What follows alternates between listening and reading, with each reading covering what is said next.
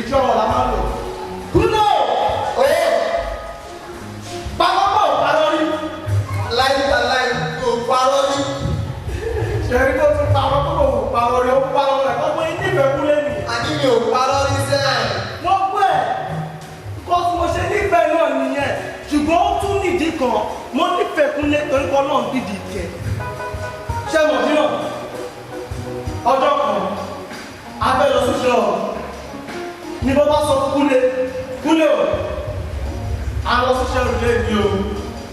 A ní láti jẹun ká tó máa lọ. Mo wá sọ fún Kúlé ráìsì la máa sè, onígbọ́ rárá o. Èmi ò jẹ ráìsì o, ẹ̀wà ló fẹ́ sè. Ẹ̀wà ló ṣọ́ rẹ̀. Ẹ̀wà ló fẹ́ jẹ o. Ẹ ló ṣọ́ rẹ̀. Ẹ̀wà ló fẹ́ sọ̀rọ̀. Ló bá jẹ́ òun, ló bá sọ pé o ṣe ṣe à. Èmi ò jẹ ráìsì ẹ̀wà ni. Ló bá sọ pé Kúlé o kè é. Lọ́dẹ̀ ẹ̀wà sórí náà. Ṣé ló bá gáàsì mi sí ni? Ló bá sì ló bá jẹ́ tán. Nípa ẹ̀ bá tó ń lọ pé yes, àyàmálà. Mi ò láìkí ẹ̀ náà. Ó mọ̀kàn tó mí tí tàbí dé iṣẹ́ ọ̀run náà. Ní pásọ̀ bá kí bèbè wá kíkì wá gbàdúrà. Pé ọ̀tàkọ́tà tó fẹ́ ṣe ní jàmbá. Kí ẹ̀mí mímọ́ sọ àwọn. Ní a bá bẹ̀rẹ̀ àdúrà yọ lórúkọ Jésù rásàkà arẹgbẹsẹ ìbẹ̀wò kò fún ọtí gbàdúrà 5 seconds ń bá tọ́ sóyè látẹ̀gbẹ̀ kúlẹ̀ pọ́ pa rọ́pọ́pọ́pọ́ pa ìtọ́ wa burú jù ní bàjáde jẹ́ ti wọ́n mọ́ bẹ̀rẹ̀ àkàrà bàjáde tọ́mọ ẹ̀ sáfẹ̀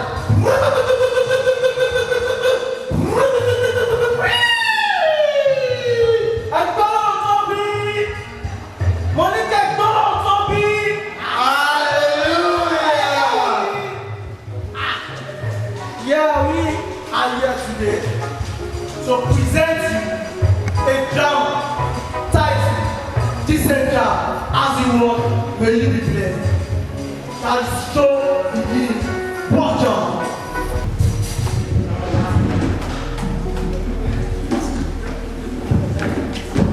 Money prayer. It's not about one. It's not about one.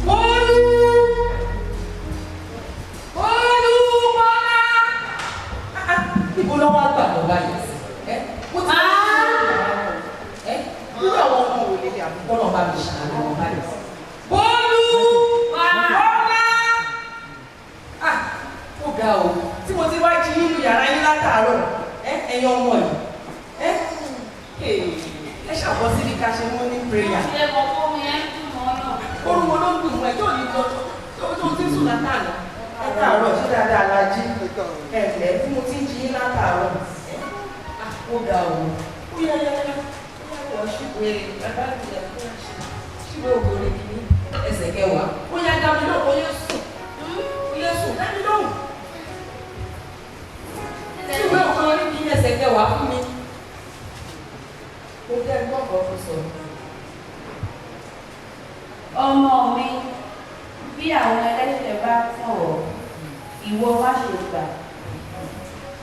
Kò tún sùn ní ìwẹ́ tí mo bá sọ̀rọ̀. Pọ́ìntì kìíní 1533 ó yá ṣe fún mi kó jẹ́ kí n gbọ́. Pọ́ìntì kìíní 15, 20, 33 kí a má tàn yín jẹ. Ẹgbẹ́ búburú bà ìwà rere jẹ́. Ṣé ti gbọ́ sí i? Ó yá sọ bó ṣe sọ yẹn ẹgbẹ́ búburú ń ṣe kí ni o. Ó bà ìwà rere jẹ́.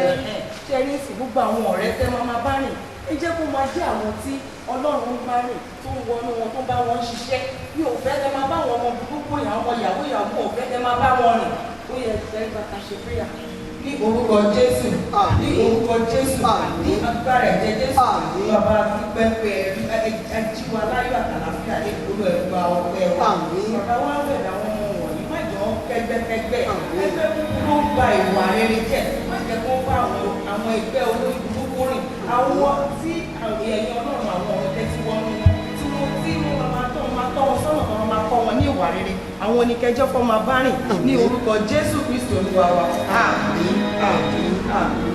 Bóyá bọ́lá rí àdìyẹ wọn lọ ṣọ́ wọn náà tètè lọ sí ìwọ̀n pẹ́ sóò ní lọ sí ìsìnkú ẹ̀dẹ́ rẹ̀ bóyá tètè lọ kó ṣe kí aṣọ ti gbọ́ kí ayẹyẹ dáhùn.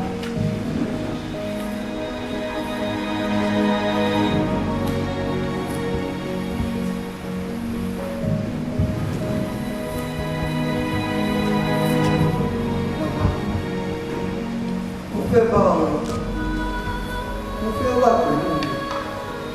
Olúwa, wá mú mi ní ọ̀nà rẹ̀. Àmín.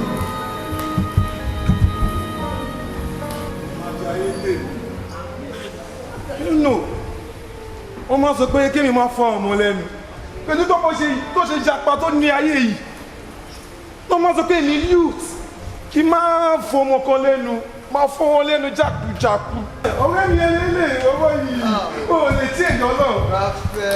Báwo ni o kò ṣáà máa ń rẹpẹtẹ ṣáà ni. Gbogbo yìí ò fẹ́ blade o.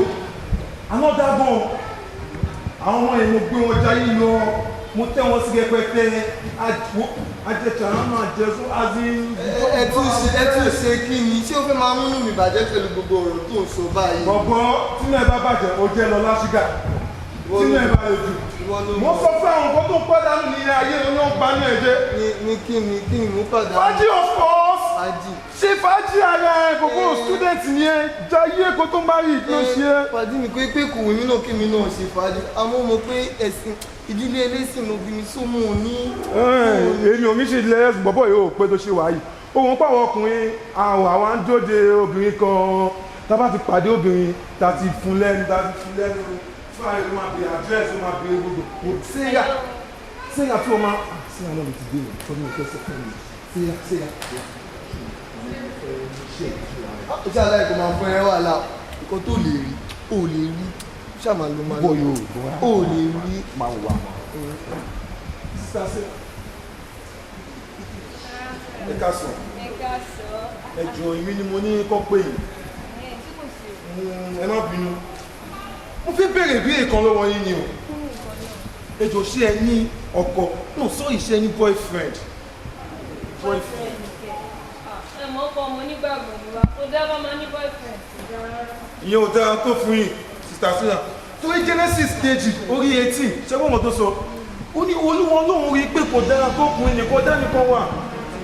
Lálẹ́ ìrí òníwọ̀n lọ́wọ́. Nítorí ìdí èyí, ó ṣe òníwọ̀n lọ́wọ́ tó dàbí títí ẹ̀ fún.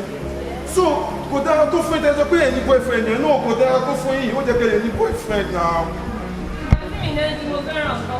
Ẹ ní ọ̀tẹ́ fẹ́ ọ̀tẹ̀. Ìwé Jòhánù kìíní orí kẹrin ẹsẹ̀ kẹjọ, ṣẹ́gbọ́n mọ̀ tó sọ. Ó ní ẹnikẹ́ni tí kò bá mọ Ọlọ́run, ẹnikẹ́ni tí kò bá ní ìfẹ́ kò mọ Ọlọ́run. Nítorí pé kí ni o, ìfẹ́ ni Ọlọ́run. So gẹ́gẹ́ bí ọmọ Ọlọ́run ta jẹ́, ó jẹ́ kí ìfẹ́ Ọlọ́run kó máa kú nínú wa nígbà gbogbo. So dé sọ pé ẹni lè fẹ́ràn ẹ̀ kò make sense náà, ó jẹ́ kí lè ní ọ̀dẹ fẹ́ràn. Ẹ sọ̀rọ̀ dáadáa náà, Sister Sarah. Ẹ sọ̀rọ̀ dáadáa.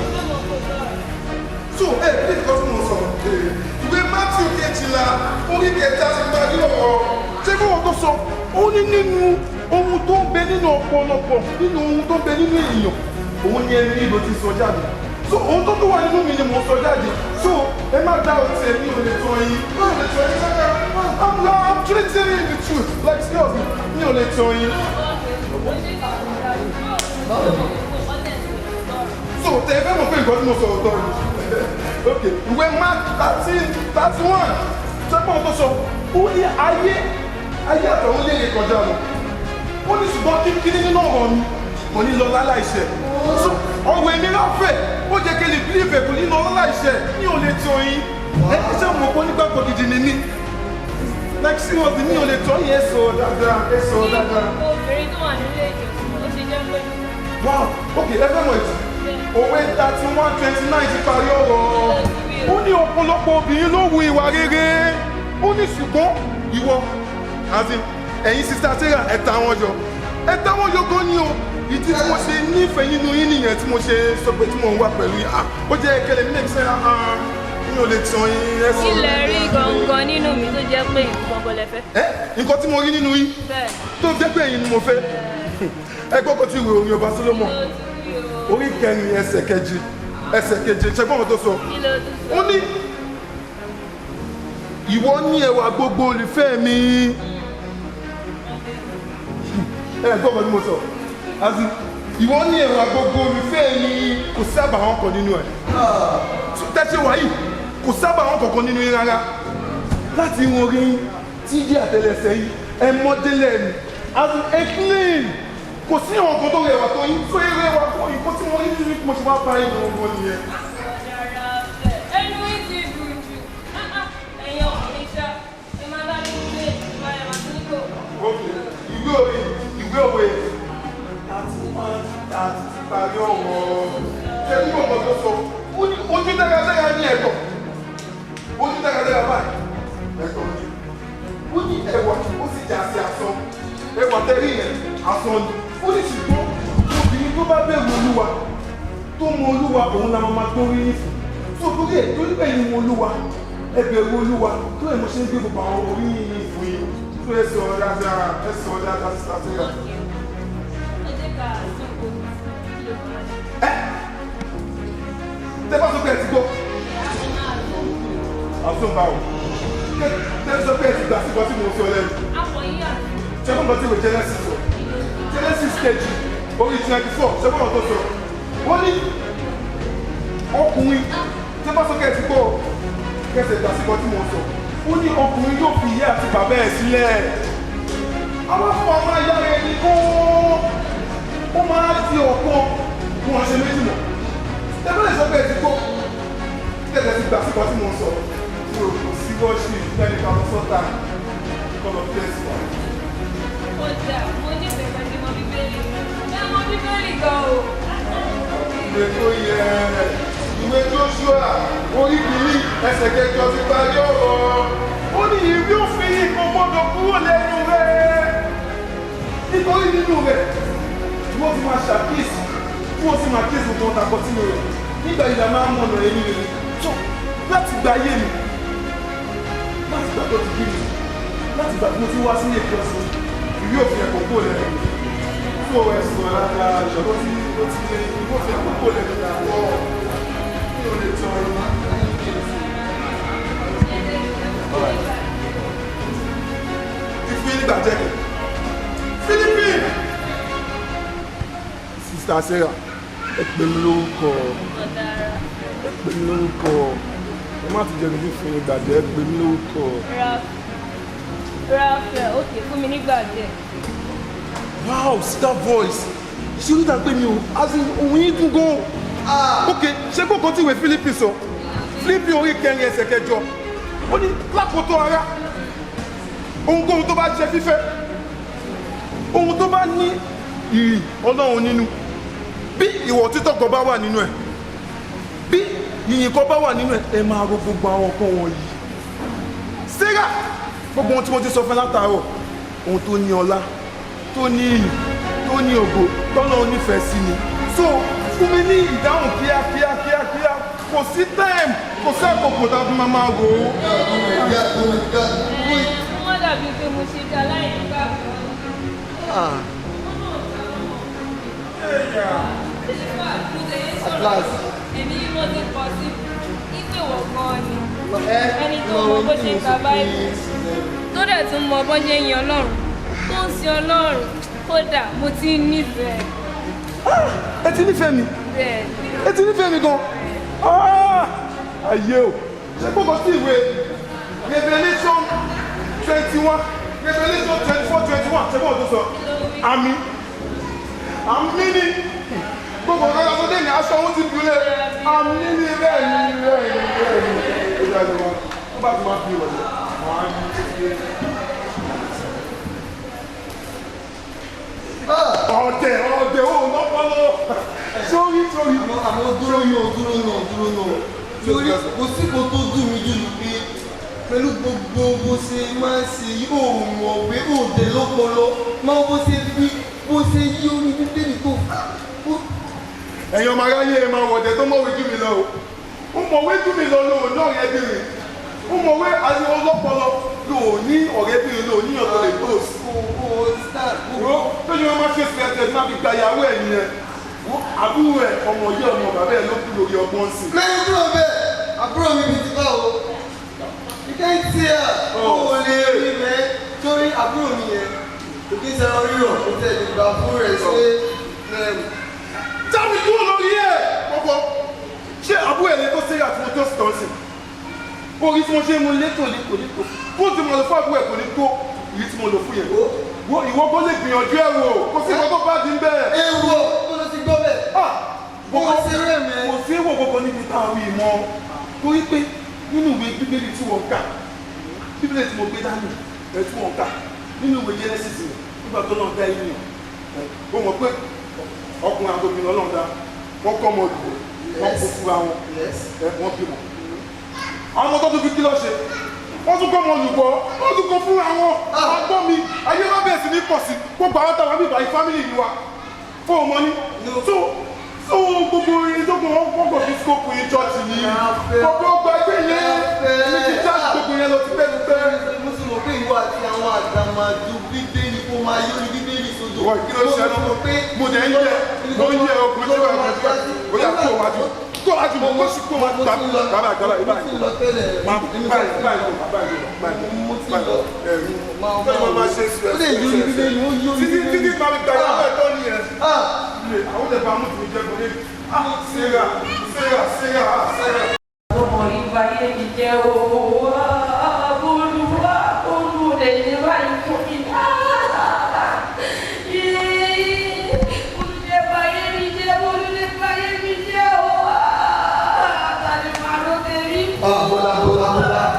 Go to your Lord. Go to your Lord. Make more people. Make more people pray. Go to your Lord.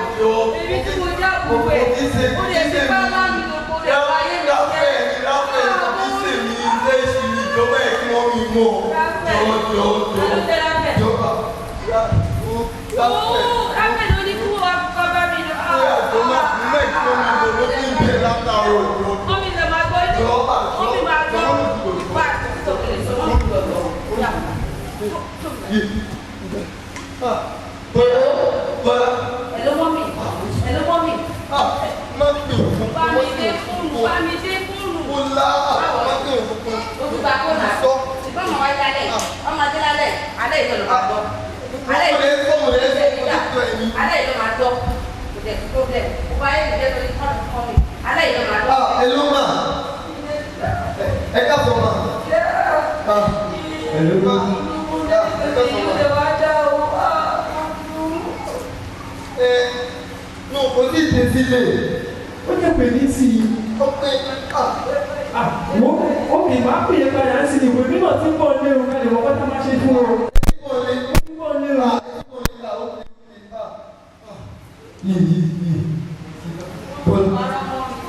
Ó lé mi ò sí nílé. Bọ́lá Ó sí nílé. Bọ́lá ó ti tó. Mo lè tún bẹ́ẹ̀ látàrọ̀ fún mi ò gbọdọ̀. Olùsèmi ni wọ́n pariwo mọ́. Èmi ni wọ́n pariwo. Wọ́n mi máa tó lé. Bí o lè ṣe lẹ́yìn tó mi máa tọ́ lálẹ́, wọ́n máa tọ́ lálẹ́.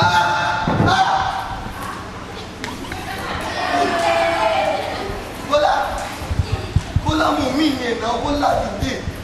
Bọ́lá mo bí. Ráfẹ́ èwùkọ́ tí Ráfẹ́ kó mi sí báyìí. Kí n máa ṣe. Bẹ́ẹ̀ni, ọlọ́run ẹgbẹ́ ìdè padà yẹ kí n padà. Àdúgbò. Tani ẹ o.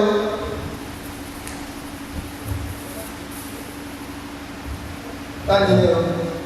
Ẹ káàsán. Ẹ káàsán. Bólú. Orúkọ mi lẹ dáyẹ̀. Bẹ́ẹ̀ni. Àmọ́ mi ò mọ ojú Yorùbá ẹ̀jẹ̀ má bínú owó tálẹ̀ ń bèrè ìgbòho tálẹ̀ wá àti pé kí lẹ fẹ́.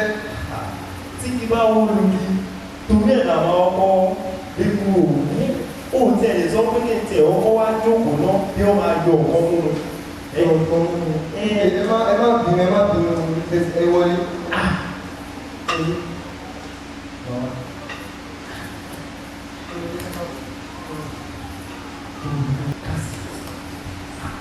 Bólú. Ó lè ti mọjú mi sí. Mo rò bí a mọ rí rí. Ó yà wọ́n tún kọ́ sí ìlú ẹ̀yìn tiẹ̀ náà. Ẹ̀sà mo rántí ojú yín náà mo rántí. Lọ́ọ̀kì ká sọ pé kò ń ṣe ìyá rẹ̀ ni mo wá wá ìwọ ni mo wá torí mo jẹ́ ọ̀rẹ́ ẹ̀mí àtàtà. Ọ̀rẹ́. Bẹ́ẹ̀ni.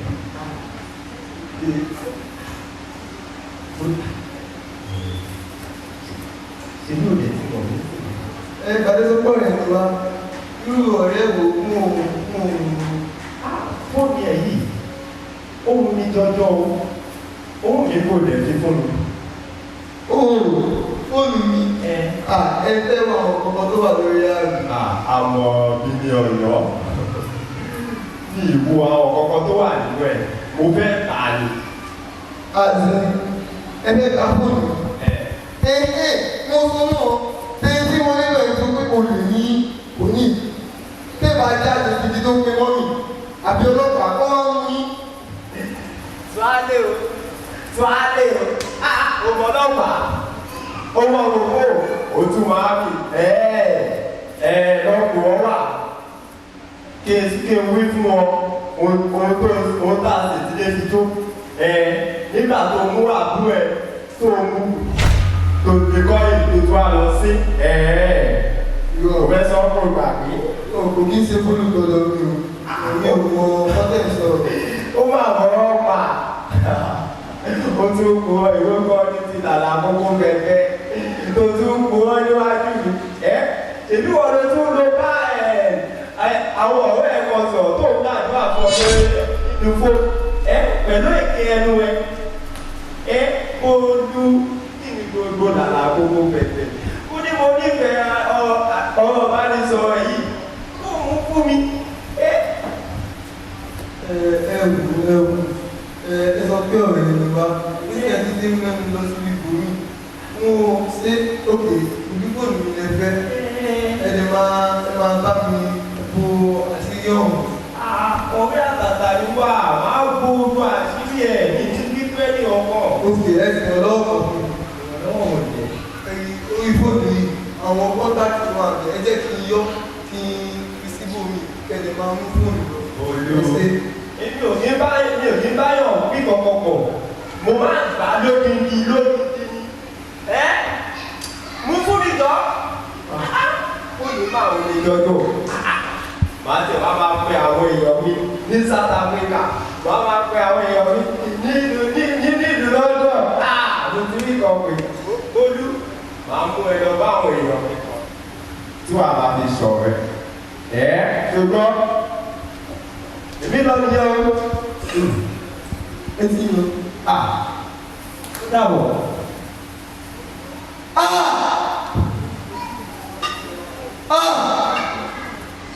Ohun tí mo rò bí ó pamọ́.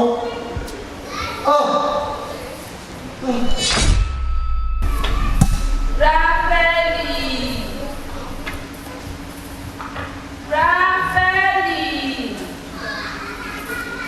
ó ti mọ ọ̀gá mi lóhùn nìyẹn ọmọ yóò kú nípa mi Ráfẹ́lì.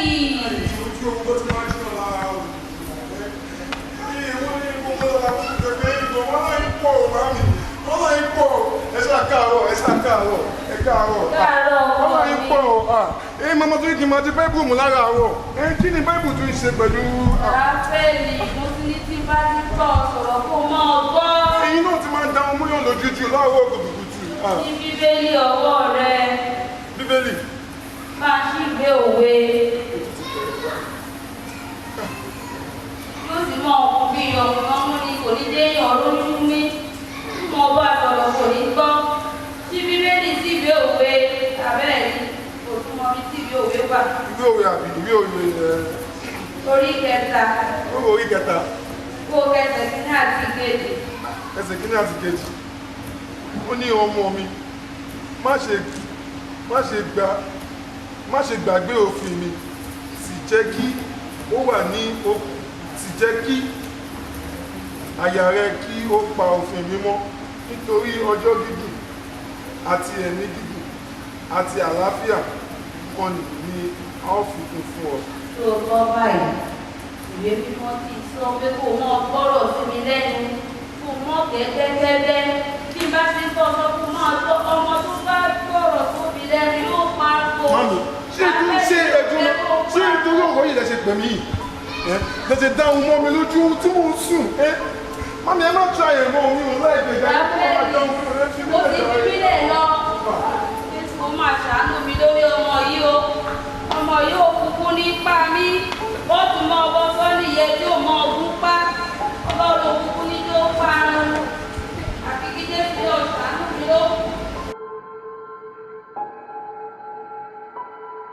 dẹ̀ láìpẹ́ ìdẹ̀ ni mo ṣe fún un. Ó ló tẹ̀lé lọ́dún owó dẹ̀ ti dé látàárọ̀. Èyí máa wọ́n wà. Èmi yóò hàn. Àwọn ọlọ́jọ́ mo ti dúró ní àwọn ọ̀rẹ́ ẹ̀dọ́ lọ́wọ́ ọ̀kan. Wọ́n ń bọ ilé ní ìlú náà fẹ́ tó lálẹ́ ní o. Tó láìpẹ́ ni mo sì fà. Àwọn mi sí gbọ́. Mo gúnyàn ìyàwó ó lẹ̀ lọ́wọ́. Sí gbọ́. Ó lẹ̀ lọ́wọ́. Ó lẹ̀ lọ́wọ́. Ẹ mo kún mi ṣe tó yé mi. Mi dùn gan. Ẹ ṣe gan sí. Jẹun. Kúrì mo fẹ́. Kí ló ṣe ẹgbọ́n ní? Ikùn kọ́ ó pọ̀ lómi. Bóyá mo mi. Sọ fún màá ẹ̀ ní pé kò Ẹ̀kọ́ jẹun kò ṣoṣo náà. Nìkan kò tún pè mí ṣoṣo. Ó kì máa. Èmi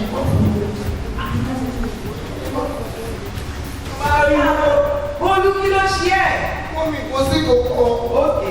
pariwo tí mo bá wà níbí kò sí ẹ̀dá àlàyé kan tó lè gbọ́ ní àtẹ̀bá sọ. pariwo gbìyànjú ẹ̀ wò. Gbìyànjú ẹ̀. Ìyọ̀wọ́ yóò wò ó pè lẹ́wọ̀. Tí ẹ̀ gbìyànjú ẹ̀ wò.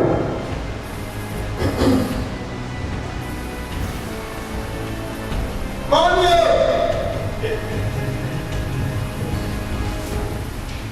Mọ́mí! Mi ò bí fún ẹ. Irú ìyàwó ni wọ́n gbọ́. Èmi náà ní Jésù. Ó ní Jésù àgbà. Ọ̀wẹ́ kò kọ́.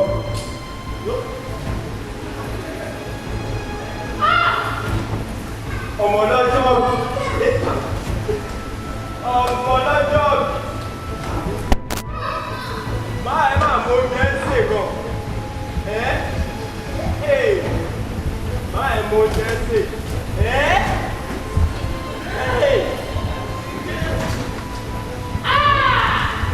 Máa ẹ mú ọmọ yóò lù fẹ́lẹ́ báyìí. Owó ó gbọ́ wọ́n ti ní sùúrù. Mo mọ ọwọ́ òkèlè náà gbé sórí. Ó fẹ́lẹ́ kan tó ẹnu ẹnu ẹgbẹ́.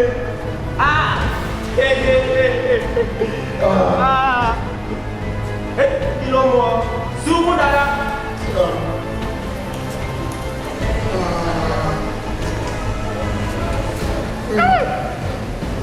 Ọmọ kùmọ̀ lọ́dún mọ̀ ìmọ̀ ẹ̀ báyìí. Ìyá rẹ̀ lọ sí Kẹ́fí Skul ni. Ó ní agbára. Àbó fẹ́ jẹ. Ó fẹ́ jẹ rẹ̀. Ó ń lètè bọ̀.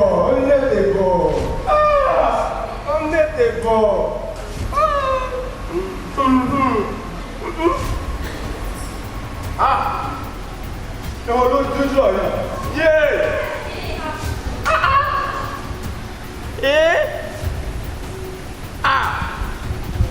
Èwo ló ń wíjọ́ ní ẹni ẹ̀gbẹ́ ni bá fọwọ́ gbá lójú ó yẹ kú àwọn yẹ gbálẹ̀ bẹ́ẹ̀.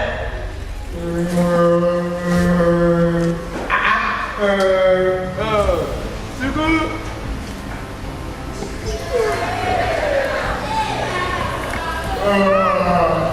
Ó lè dùn ó dùn mọ̀ọ́mọ́. Bẹ́ẹ̀ ló wà bẹ́ẹ̀. Bàbá gbá ẹ lójú.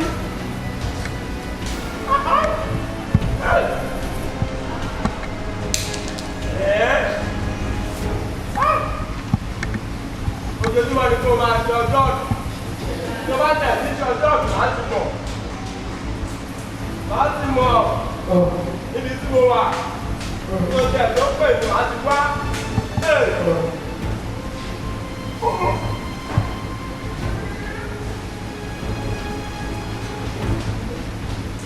Owó làwọn fẹ́ di.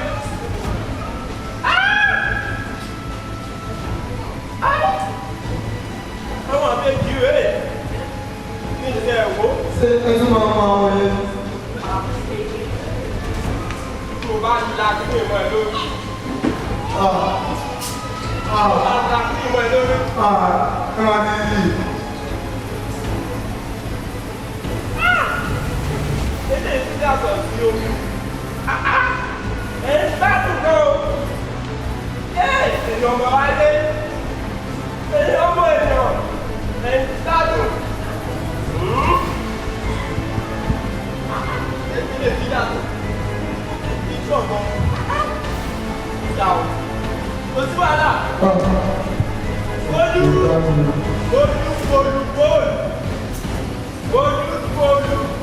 Ọ̀rọ̀ ẹ̀jẹ̀ ní nìkan lókè ó. Eléyìí, a lọ fún ìgò. Òun náà máa mú níbẹ̀.